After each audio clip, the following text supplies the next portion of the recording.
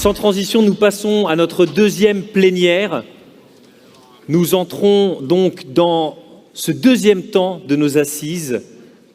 Embarquons avec le Christ. On l'a vu ce matin, on a accosté, on a fait un constat parfois dur, mais est déjà porteur d'espérance en fin de matinée. Et maintenant, on va entrer dans le concret des actions à travers le témoignage de 3 entrepreneurs, hommes et femmes, qui vont nous dire comment eux, ils ont embarqué avec le Christ au quotidien dans leur travail.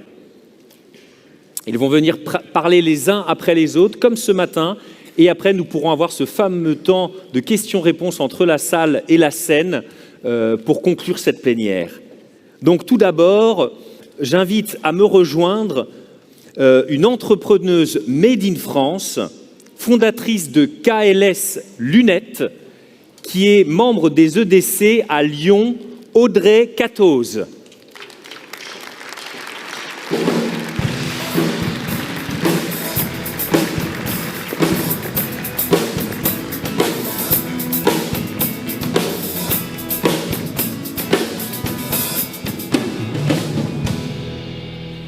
Audrey, je vous laisse la parole pour nous présenter votre expérience en tant qu'entrepreneuse et comment vous avez amené le Christ avec vous.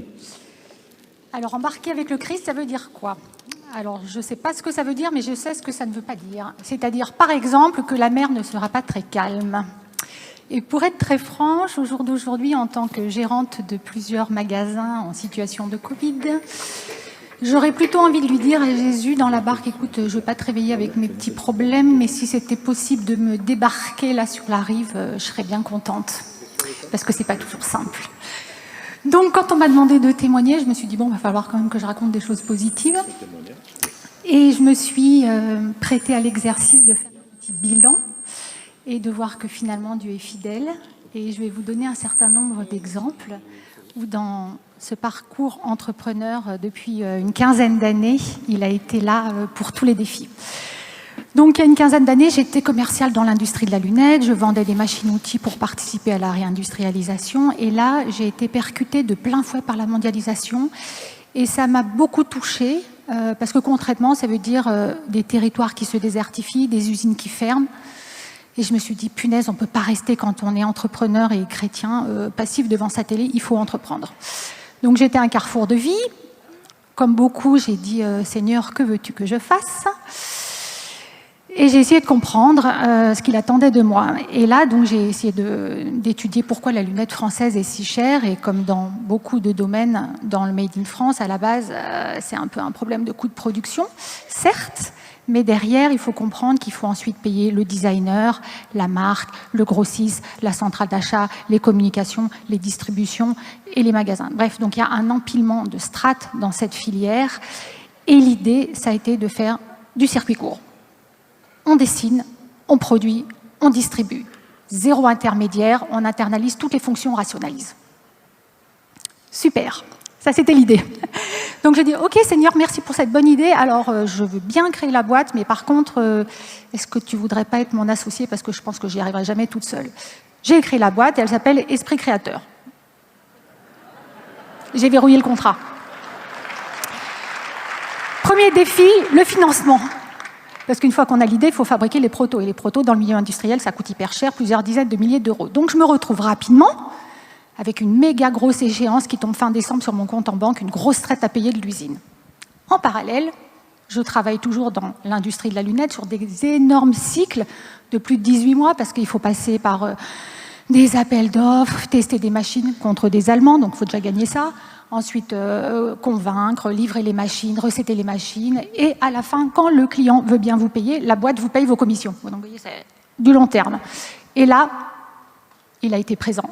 C'est-à-dire que quelques jours avant cette fameuse traite, j'ai reçu le paiement de 18 mois de boulot, à quelques centaines d'euros près, le montant que j'avais besoin de payer. Ça a quand même pas mal bluffé mon banquier et mon mari. Deuxième exemple.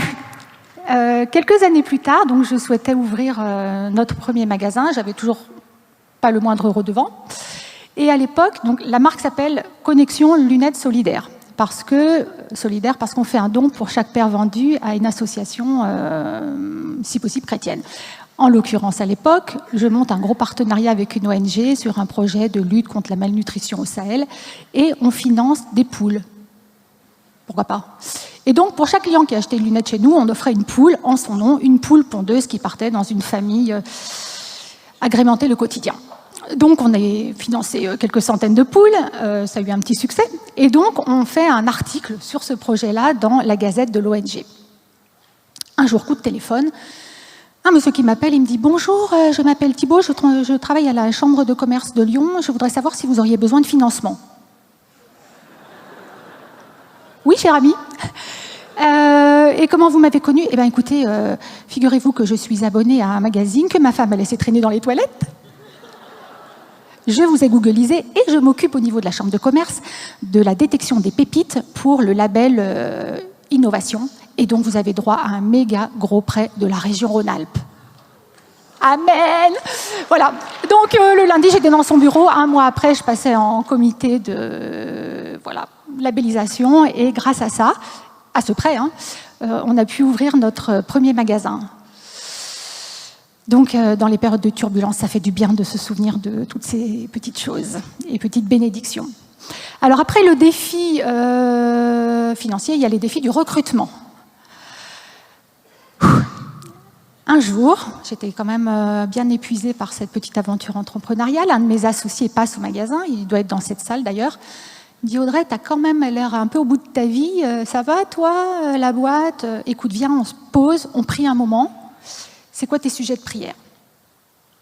Je lui ai dit « Écoute, aujourd'hui j'en ai 3. 1, recruter quelqu'un pour m'aider dans le développement, j'en peux plus. 2, recruter une designer, je ne peux pas être partout.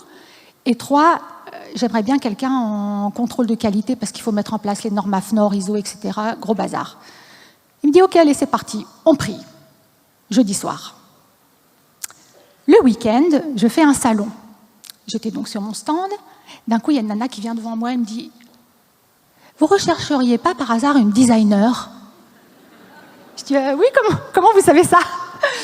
Elle me dit « Ah ouais, je sais pas, mais ma nièce est designer chez Anne et Valentin, la plus jolie marque de lunettes française. Elle vient de remonter de Bordeaux, elle habite à Lyon, elle cherche du boulot, est-ce que ça vous intéresse ?» Voilà ma carte.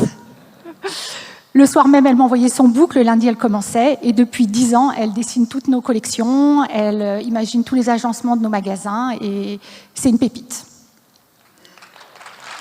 C'est pas fini.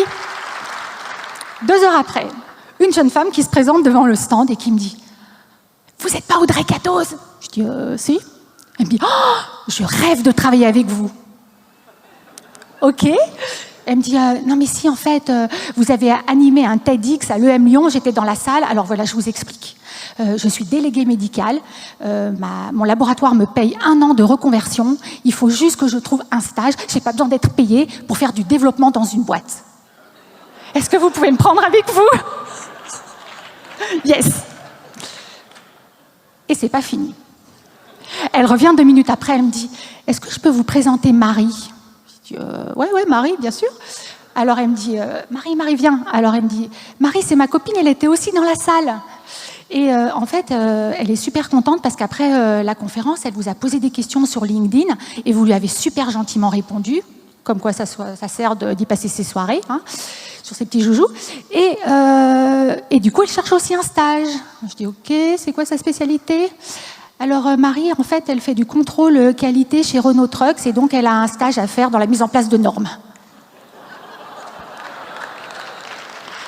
Désolée pour tous mes copains qui dirigent des cabinets de recrutement, mais j'ai un meilleur associé. Voilà. Donc ça, c'est la partie recrutement. C'est un petit exemple. Il me reste 2 minutes 22. Ok. Alors, forcément, quand on vit des expériences comme ça, on peut difficilement mettre tout ça sous le boisseau, n'est-ce pas? Et donc, dans nos magasins, on a à cœur aussi, par la façon dont on va accueillir les clients, de partager cette espérance-là. Donc, toutes les lunettes ne vont pas à tous les visages. Et donc, quand on vient chez KLS Lunettes, je vous mets devant une glace, je vous explique toute la géométrie de votre visage, les proportions, les lignes de force, etc. Bref, et on rentre dans des moments hyper intimes, parce que le visage, il dit plein de choses sur qui on est. Et là, vous seriez étonnés de voir comme les gens se confient. Mais oui, vous voyez, là, j'ai besoin de changer de lunettes parce que je suis à un carrefour de vie, j'ai fait un burn-out, il faut que je retravaille mon image, ou bien là, je suis malade, j'ai un cancer, mon visage a changé, qu'est-ce que je dois faire, ou bien voilà, j'ai été opérée de tels problèmes visuels, etc. Et être dirigeant chrétien, c'est aussi s'arrêter et rentrer dans ses cœurs à cœur. Et dans ses cœurs à cœur, être capable de dire « ça me touche ce que vous dites, franchement, ça me touche, je ne sais pas ce que je peux faire, alors je peux vous faire une belle lunette qui vous rendra... Mais surtout, vous voyez, je crois en un Dieu qui peut vous accompagner dans ce moment-là. Je crois en une source qui peut vous aider à vous reconstruire. Je crois que Dieu a un plan d'amour pour vous. Est-ce que vous voulez que je prie pour vous? Et vous seriez étonnés de voir que les gens disent oui. Parce qu'en fait, avant, on les a écoutés, on est rentré dans un vrai cœur à cœur, et ça, c'est la plus grande joie que j'ai aujourd'hui en termes de chef d'entreprise. Alors, il y a plein de témoignages comme ça explicites, et il y a aussi des témoignages implicites. Par exemple, dans nos magasins, donc on a ce qu'on appelle une salle d'examen de vue avec des machines pour mesurer votre acuité visuelle, donc vous êtes assis sur un fauteuil, vous ne pouvez plus bouger. Et dans ce moment-là, au mur, on a mis des grands autocollants avec des mots. Joie, paix, bonheur, amour, patience, tempérance, bienveillance, 3 petits points. Ah, c'est sympa, c'est les valeurs de votre boîte? Presque. En fait, c'est dans un best-seller qui est inscrit au patrimoine mondial de l'humanité. Et là, je tends une perche et je regarde ce qui se passe dans les yeux. Et ça ouvre aussi des super portes. Voilà, il y a un autre de mes magasins, par exemple à la Croix-Rousse, donc on a un étage, et donc on a fait peindre une immense fresque qui est taguée, donc c'est en mode un peu Jardin d'Éden 2.0. Et en plein milieu, on a mis « Connectez le Créateur qui est en vous ». Bon, il y a une petite subtilité, hein. Ma marque, ça s'appelle Connexion Lunettes Solidaires. On crée une lunette avec eux, donc ça révèle la partie de leur créativité, mais connectez le Créateur qui est en vous. Alors tout le monde ne comprend pas, hein, logique, que celui qui a des yeux voit et des oreilles entendent, bref. Et donc, on a aussi mis dans tout ce paysage jungle ce fruit de l'esprit, et donc on a tagué les mots. Et là, j'aime bien voir quand les gens montent et voir ceux qui s'arrêtent ou pas, et là aussi, ça ouvre plein de choses magnifiques. Donc, il y a des zones de turbulence, il y a des moments où on a envie de dire « mais Seigneur, tu dors ». Et puis, il y en a un moment quand on regarde derrière soi et on dit « mais en fait, on ne peut que s'engager pour son pays quand on est manager et chrétien, et il est avec nous ». Donc, j'ai plein d'autres exemples à vous donner, peut-être dans la dernière partie, parce que le compteur est arrivé à 0. Mais notamment, si ça vous intéresse de voir comment il est avec nous aussi dans les situations hyper compliquées où lui doit travailler sur moi. Par exemple, quand il faut apprendre à demander pardon à un collaborateur quand on a fait une petite erreur de management. Voilà, donc ça, c'est des choses vécues aussi. Et voilà, la suite dans quelques instants. Merci beaucoup, Audrey. Merci vraiment pour ce témoignage concret de la providence dans votre vie d'entrepreneuse. Notre prochain témoin, il nous vient du Liban. Il aime à se définir comme un militant, et laissez-moi vous dire que ce n'est pas un vain mot, puisque non seulement il a fondé une ONG en faveur de l'insertion des personnes les plus fragiles, mais surtout, au moment où son pays a sombré il y a quelques années, il n'a pas quitté le navire. On lui a proposé d'être ministre des Affaires sociales et il a accepté. Tout de suite, le vice-président des EDC du Liban, Hector Hajar.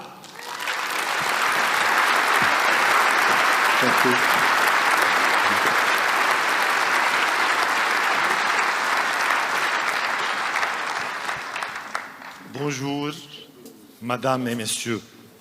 Bonjour, chers amis. Je m'appelle Hector Hajar. Actuellement, j'ai la charge de ministre des Affaires sociales du Liban. Le Liban, un pays du bord de la Méditerranée, dans cette région où le Christ est né et a vécu. Un pays où plusieurs confessions majeures chrétiennes, musulmanes, juifs aussi, partagent une même citoyenneté, dont les droits et les devoirs. Un pays tiraillé entre les influences et les intérêts de presque toutes les puissances de ce monde et qui en paie le prix. Un pays de crise en crise depuis 1948 à aujourd'hui accueille réfugiés et déplacés des pays environnants, palestiniens, irakiens, syriens, lesquels constituent aujourd'hui un tiers de ses habitants. Un pays que sa sainteté, le pape, a qualifié de pays message, message de liberté et de pluralité. 1975, début de la guerre dite civile au Liban, j'ai 10 ans. À l'âge où les enfants jouent, moi, je visite les camps des réfugiés palestiniens. Et je me demande pourquoi tant de misère dans le monde. Je me dis que si Dieu vivant existe, il doit se manifester par le comportement des croyants. Il doit apporter des solutions ici et maintenant, et non seulement dans la vie éternelle. Je me demande comment je peux moi-même vivre tout ceci. À 36 ans, marié et père d'un enfant, j'entends l'appel du Christ et j'y réponds. Je quitte une carrière lucrative de médecin dentiste et je m'engage en plein temps dans l'action sociale. Je prends la direction de l'association Message de Paix qui s'occupe des personnes atteintes d'un retard physique et mental. Recherchant l'efficacité maximale, je poursuis des formations professionnelles intensives. En 2006, l'association EDC Liban prend naissance. J'en suis l'un des membres fondateurs.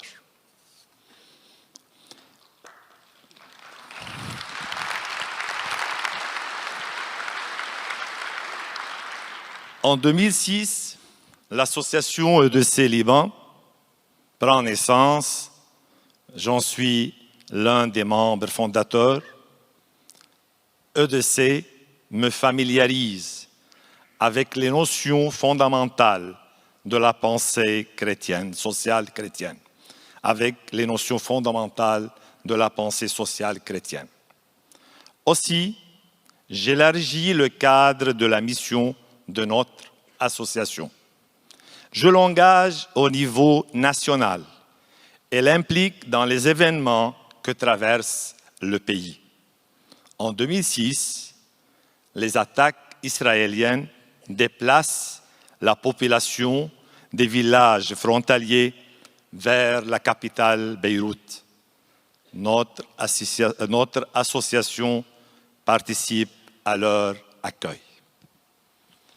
Dans un village frontalier, nous prenons en charge la réhabilitation des infrastructures, permettant le retour de sa population essentiellement chrétienne.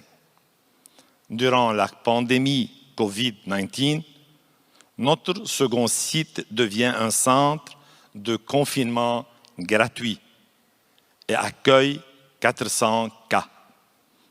Le 4 août 2020, au port de Beyrouth, une explosion apocalyptique, quasi nucléaire, secoue la capitale, faisant 200 morts, 6 000 blessés, 300 000 sans logis. Dès le second jour, nous sommes sur le terrain, débalayant, reconstruisant et offrant chaque jour 200 plats chauds aux résidents désespérés. Puis, nous instaurons notre 3e site d'accueil à 300 mètres du lieu de l'explosion. Un emplacement symbolique, témoin de notre espérance et de notre résilience. Au centre de toutes nos actions, il y a un même fil conducteur. Nous articulons systématiquement nos initiatives autour de l'humain. Nous œuvrons pour les personnes, mais surtout avec les personnes. Nous nous sommes lancés à chaque fois sans moyens matériels, mais la Providence y a toujours pourvu, telle est notre foi et notre espérance. Nous gérons en toute transparence la performance, en est le résultat. Septembre 2021. Alors que je n'ai aucune affiliation politique directement, je me vois confier la charge de ministre des Affaires sociales. Je me retrouve face à une situation catastrophique sur toute l'étendue du pays. Économie en chute libre, monnaie nationale dévaluée à 95%, avoirs bancaires des déposants figés et inaccessibles, un pouvoir d'achat réduit à néant, une misère galopante, 80% de la population sous le seuil de la pauvreté.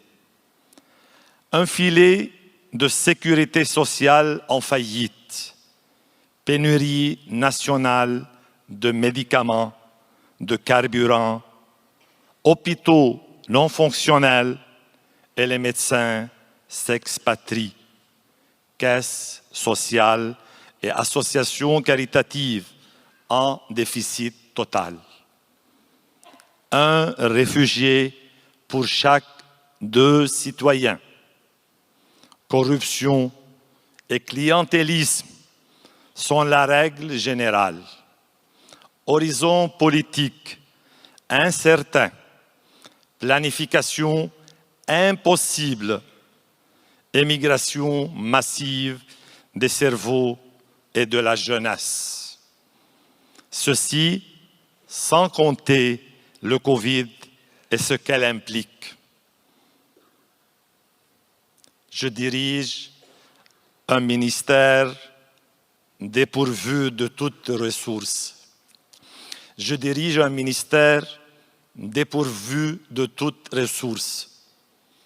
Pas de budget, pas de fonds, pas de salaire, absentéisme des fonctionnaires, pas de courant électrique, pas même d'encre dans l'imprimante.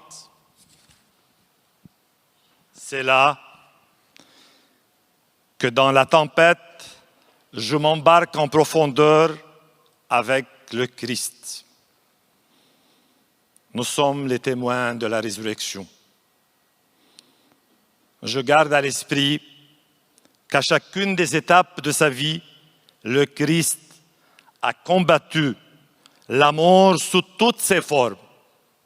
Combattre la mort, c'est par exemple œuvrer pour que les personnes handicapées vivent dignement et s'assurer qu'elle ne sera pas un dommage collatéral de la société. Témoin de la résurrection, c'est croire fermement que l'on pourra réussir là où l'analyse objective, ou témoin de la résurrection, c'est croire fermement que l'on pourra réussir là où l'analyse objective annonce l'échec. Là où tout le monde s'accorde à dire que la réussite est impossible, c'est y croire, c'est l'affirmer, c'est s'y engager et c'est accomplir. C'est donner et même se donner.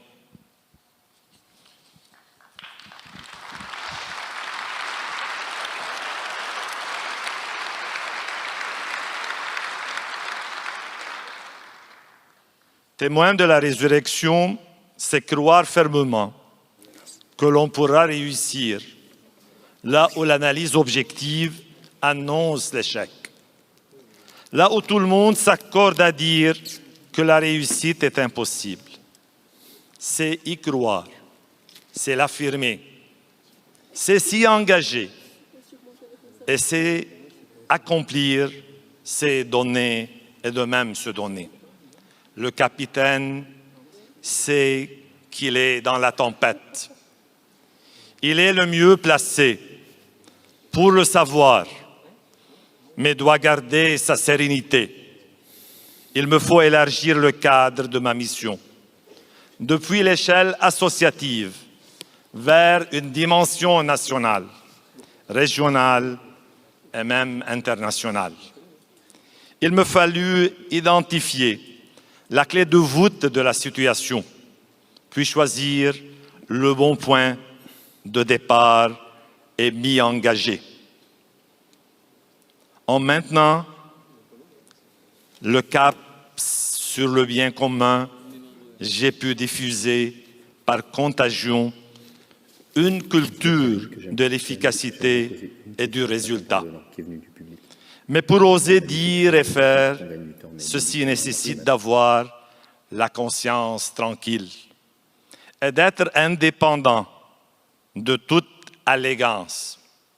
Le dirigeant doit allier la force dans l'action et la sagesse dans la décision.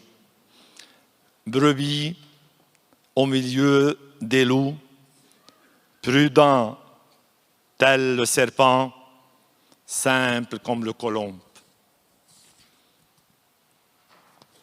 En pratique, les résultats de 6 mois de fonction, des projets en veilleuse depuis 5 ans, ont été remis en marche et accomplis.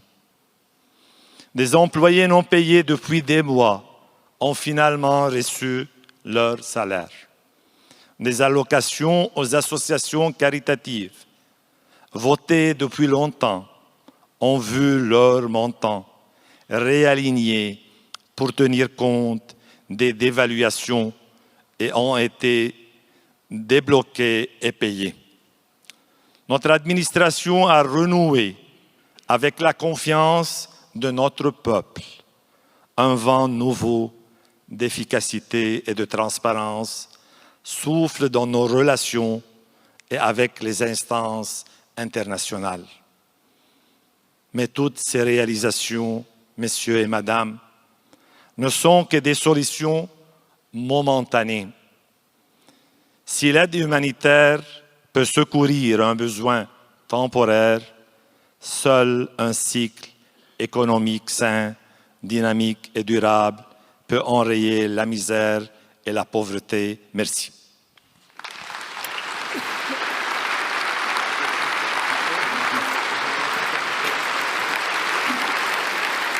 Merci beaucoup Hector. Merci infiniment.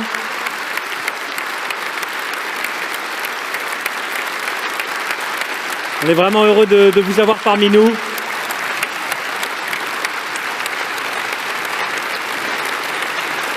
Merci infiniment.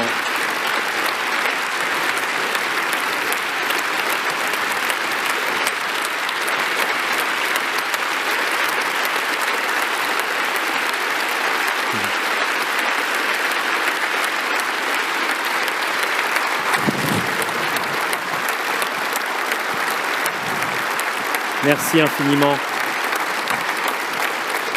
C'est tellement important pour nous aussi aux EDC de de sentir cette connexion concrète avec d'autres parties du monde, en particulier celles qui souffrent. Dieu sait qu'il y en a aujourd'hui. Si vous avez des questions qui déjà vous viennent pour nos deux premiers intervenants, n'hésitez pas à les renseigner sur l'application.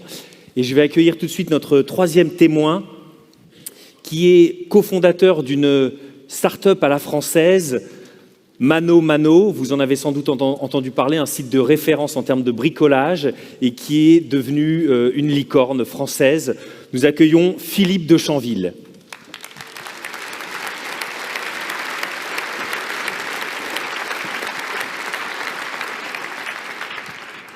Merci beaucoup. Bonjour, je suis ravi d'être parmi vous aujourd'hui. Merci de m'accueillir.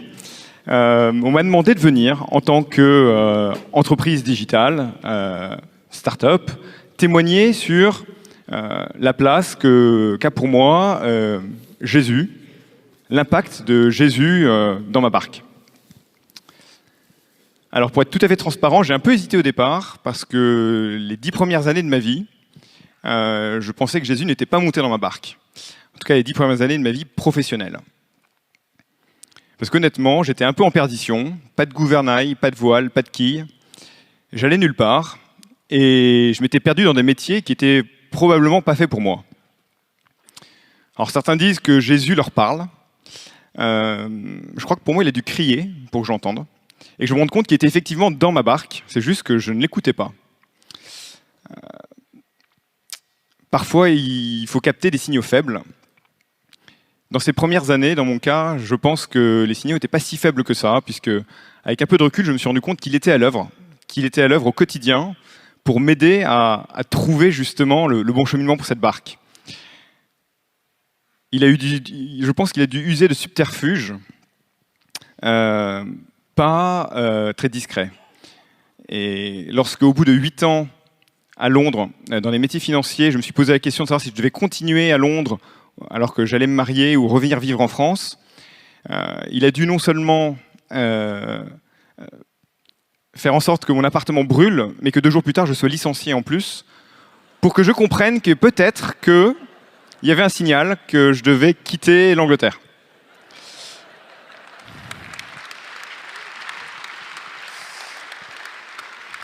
Mais c'est évidemment pas la seule fois où il m'a aidé à trouver mon chemin.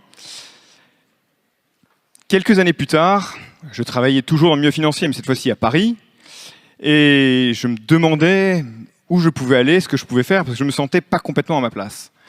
Et là, par un extraordinaire hasard, moi qui en 8 ans n'étais jamais allé à une seule conférence, je me retrouve un soir assis à une conférence de l'Assos des anciens de l'Assos Cato de mon école, dans Paris, alors que je n'avais jamais été, je ne connaissais personne, sur un thème autour du leadership authentique. C'était une conférence d'un certain François-Daniel Mijon, qui a créé Thomas More Partners.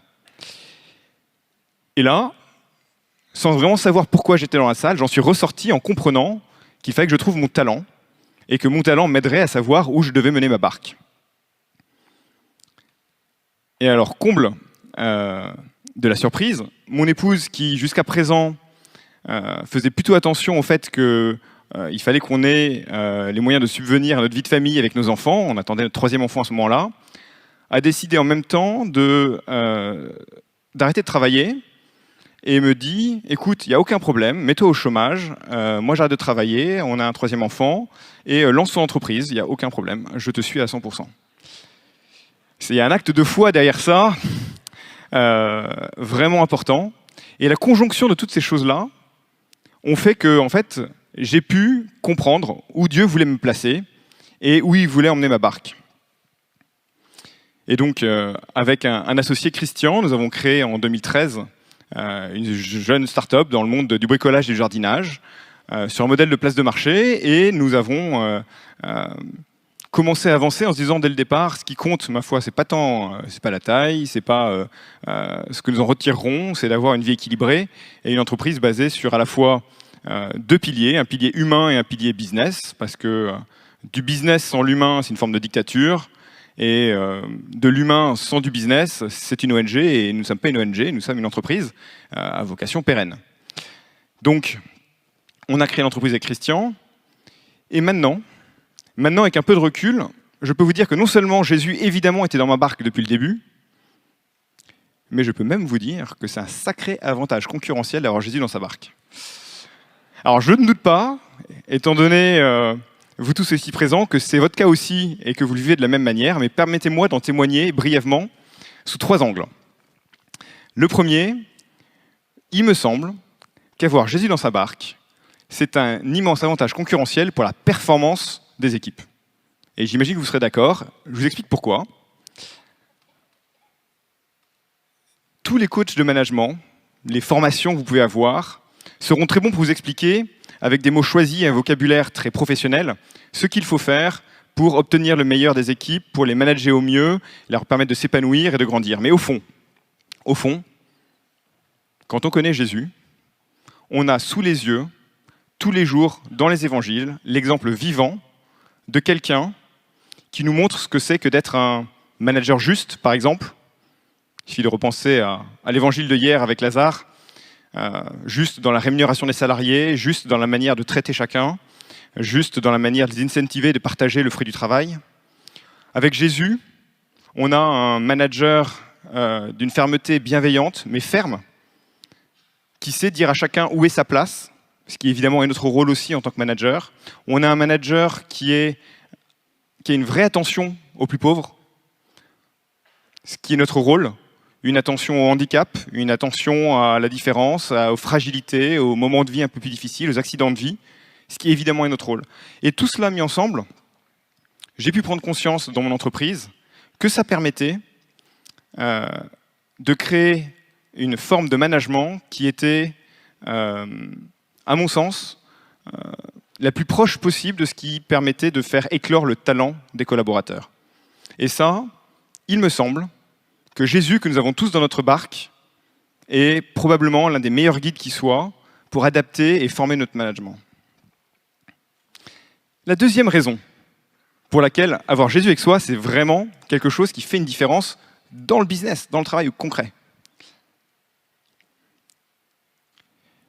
Dans le monde de la tech, dans lequel je suis aujourd'hui, il y a une concurrence immense pour les talents. Aujourd'hui, nous sommes 900 personnes, on a 300 postes ouverts dans la tech. Ce n'est pas un appel à CV, mais je vous assure, on cherche désespérément, depuis des mois, 300 ingénieurs. Et on ne les trouve pas, on n'arrive pas à recruter assez vite. Mais avoir Jésus dans sa barque permet une chose, c'est de centrer non seulement sa vie personnelle, mais sa vie professionnelle et la vie de l'entreprise sur Jésus. Et qu'est-ce que ça veut dire concrètement? Ça veut dire que l'Église, l'enseignement de l'Église est extrêmement riche en enseignement sur la manière de traiter l'humain, de travailler ensemble, de faire corps. Je vous avoue que très naïvement, quand j'ai commencé à lancer l'entreprise, la seule expérience de management que j'avais, c'était quand j'étais chef scout 10 ans auparavant. J'ai bêtement appliqué mes théories et ma formation, ma pédagogie scout en entreprise, avec, il y avait des postes d'action, c'est la responsabilité de chacun, avec une vraie subsidiarité, une responsabilité pour chaque stagiaire et une responsabilité réelle. Chaque stagiaire compte quand on lance une entreprise, vous le savez. Il y avait des cours d'honneur où on passait du temps, tous les trimestres, à vraiment relire ce qui s'est passé avec chaque salarié, se projeter avec eux et essayer de lire quel était le juste chemin pour eux, quel était leur talent. Il y avait le conseil des chefs où on s'attarde à comprendre les axes de progression de chaque personne, etc., etc. C'était une manière, c'était une forme d'enseignement pour faire grandir les équipes. Et puis l'entreprise a grandi, 50, 100, 200, 300 salariés. Et à un moment, nous nous sommes dit avec Christian qu'il était temps d'avoir un DRH et quelqu'un qui connaisse le métier, qui sache le faire. Et donc j'ai commencé à chercher un profil typique pour une start-up, comme nous l'étions, tech, avec chercher une jeune femme, c'est un peu cliché, mais c'était pour l'empathie, avec un background en droit social, qui a déjà connu le monde de la tech, les développeurs informatiques et l'hypercroissance. J'ai fait passer un certain nombre d'entretiens, et puis je suis arrivé au bureau un jour en présentant, voilà, notre futur DRH, Didier, 58 ans, général 2 étoiles de la Légion étrangère.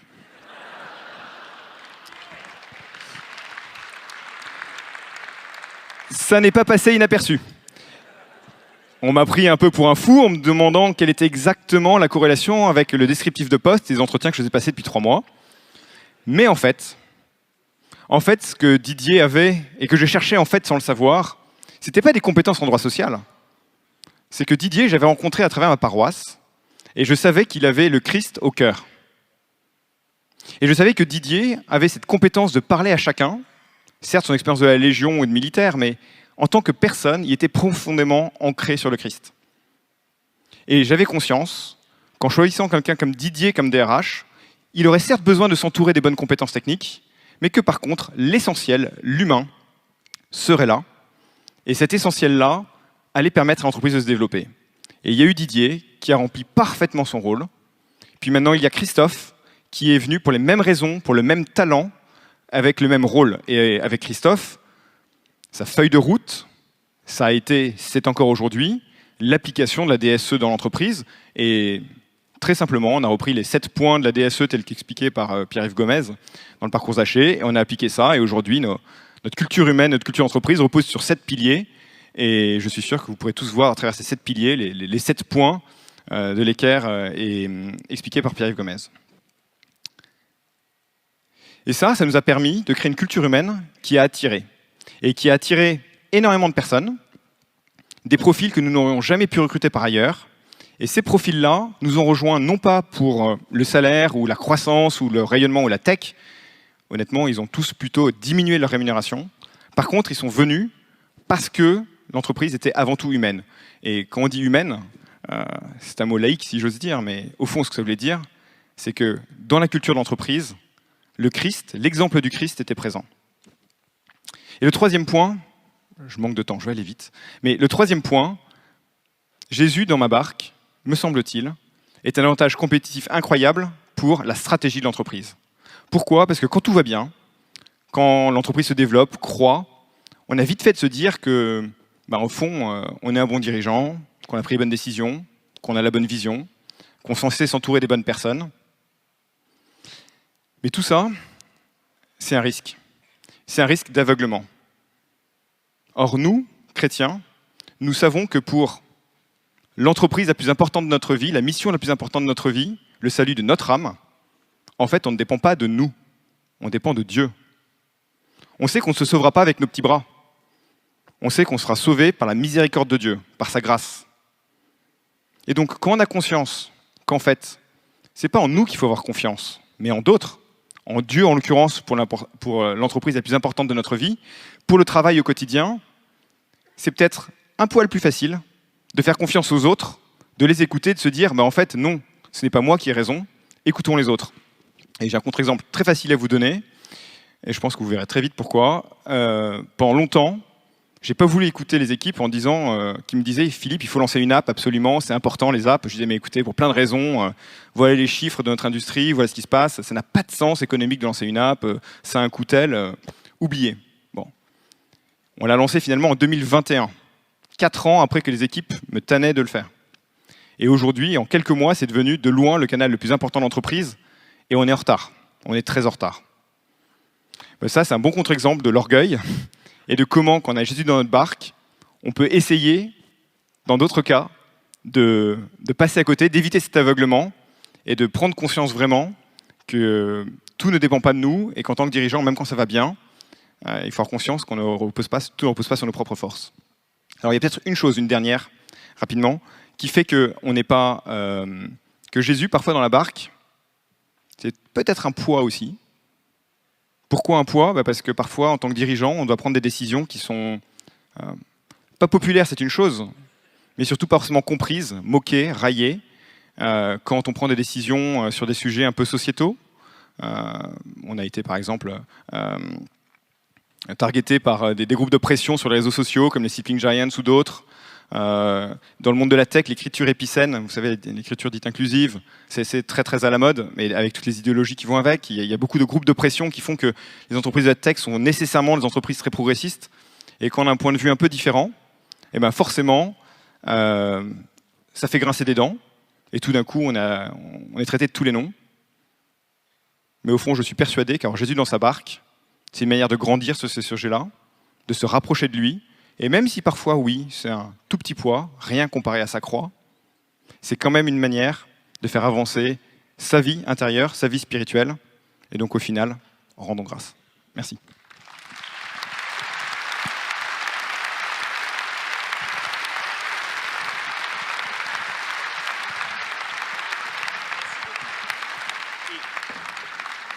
Merci beaucoup Philippe pour ce témoignage. Nous allons donc pouvoir désormais échanger autour de quelques questions qui sont remontées du public. Alors, tout d'abord, la première à Audrey. Cette question, est-ce que l'utilisation de la prière en conseil d'administration n'est pas à double tranchant entre ceux qui croient et ceux qui ne croient pas?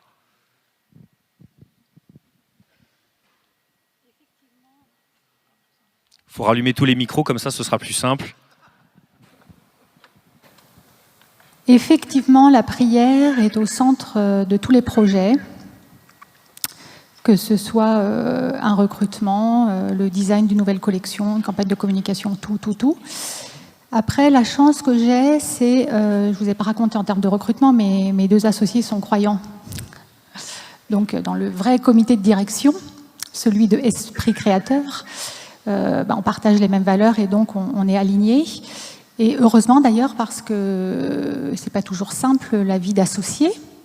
Par définition, on est hyper complémentaires, donc vous imaginez ce que ça veut dire hyper complémentaire, hein, le yin et le yang, et que si on n'avait pas cette croix pour se mettre à genoux et se réaligner, on n'en serait clairement pas là, et j'en serais pas là aujourd'hui sans eux. Du coup, en fait, c'est une structure où il y a une holding et ensuite il y a des magasins indépendants. Et dans chaque magasin, on a fait le choix, en termes de partage de gouvernance, de mettre 50% nos équipes actionnaires. Donc il y a 50% la marque, que je représente principalement, et 50% l'équipe. Et chaque personne, évidemment, est courant de notre foi, parce qu'on leur raconte qu'ils ne sont pas arrivés là par hasard. Voilà. Et donc, effectivement, ils nous ont vus prier. Il n'y a pas que des chrétiens, on est très ouverts, parce que s'il n'y avait que des chrétiens à qui on parlerait, ce serait un peu inutile, n'est-ce pas ? Et donc, on est vraiment dans un respect, et par contre, on partage. Par exemple, j'ai une associée qui est juive, et quand elle est rentrée, j'étais super contente. Et on a vraiment dit, d'ailleurs, j'ai vraiment un cœur pour Israël, je suis contente qu'elle soit là, et j'ai à cœur, quand il y a une fête, de l'appeler, de prendre de ses nouvelles. Enfin, voilà, il faut aussi créer ce cœur à cœur-là. Mais dans le respect. Et le respect, ça passe par la compréhension du vocabulaire religieux de l'autre. Parce qu'en fait, on a tous notre patois de Canaan, nos grandes expressions, mais il y a plein de mots qui ne veulent rien dire pour les autres. Et donc, c'est être capable déjà de comprendre ça pour ne pas balancer des grandes phrases qui peuvent être ensuite mal perçus, et donc vraiment s'ajuster et vraiment tourner sa langue cette fois dans sa bouche avant de l'ouvrir. Donc on prie en comité de direction, parfois dans les magasins, parfois avec des collaborateurs quand l'occasion s'en présente, et parfois on organise des réunions de prière dans l'entreprise, parce qu'il y a des mouvements type GBE, peut-être que vous connaissez, donc de chrétiens en entreprise. Et donc, sur des plages balisées, je dis à l'équipe, il y a des gens un peu bizarres qui vont rentrer, vous inquiétez pas. On se retrouve une fois par semaine, on lit un passage de la Bible ensemble et on est amené à prier. Donc voilà, ça s'explique. Merci beaucoup Audrey. Je me tourne vers vous Hector. Votre témoignage nous a beaucoup touchés. Alors, j'ai toujours pas de micro. Hop. Voilà. Pardon. Votre témoignage nous a beaucoup touchés. Beaucoup de questions sont remontées, mais il y a une question principale qui ressort. Tout simplement, comment on peut faire aujourd'hui pour vous aider, pour aider le Liban? Si vous avez un message concret à nous adresser, ben voilà, on est tout oui, Hector, et on aimerait pouvoir participer à votre effort admirable. Comment aider le Liban maintenant? C'est une difficile question. On a besoin de vos prières, de votre écoute. Acceptez notre diagnostic des problèmes de notre pays. Parfois, vous venez chez nous et vous apportez avec vous des solutions qui ne sont pas adaptées à notre contexte ni à notre culture. Acceptez qu'on se mette en dialogue, les uns avec les autres, en respect profond et en écoute profonde de ce qu'on vit en profondeur et de quoi on a besoin Donc, c'est un appel de ne pas venir vers nous avec des agendas et avec des plans préparés à l'avance. Après, on a besoin de planifier ensemble, après qu'on fasse ensemble un diagnostic, de planifier ensemble qu'est-ce que nous, on peut faire et qu'est-ce que vous pouvez faire. Merci. Merci beaucoup, Hector.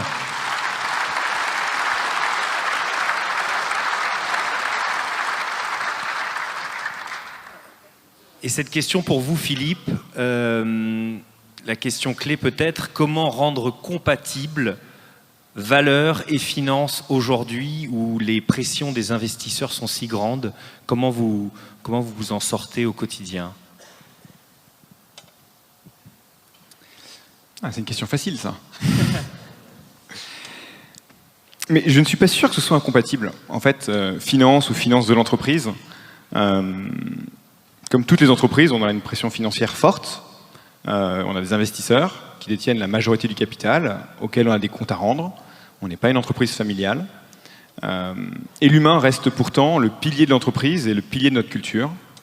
Et vous l'avez compris, derrière la notion d'humain, en fait, il y a la notion de doctrine sociale de l'Église et du Christ. Et en fait, à partir du moment où on prend l'humain, surtout dans une entreprise comme la nôtre, c'est presque relativement facile. Une entreprise de technologie, c'est une entreprise qui n'est qu'humaine. On n'a pas d'entrepôt à nous, on n'a pas d'actifs tangibles, on a uniquement des développements informatiques qui, de vous à moi, sont périmés en 2 ans, parfois moins. Donc, avant tout, l'entreprise, ce sont des personnes.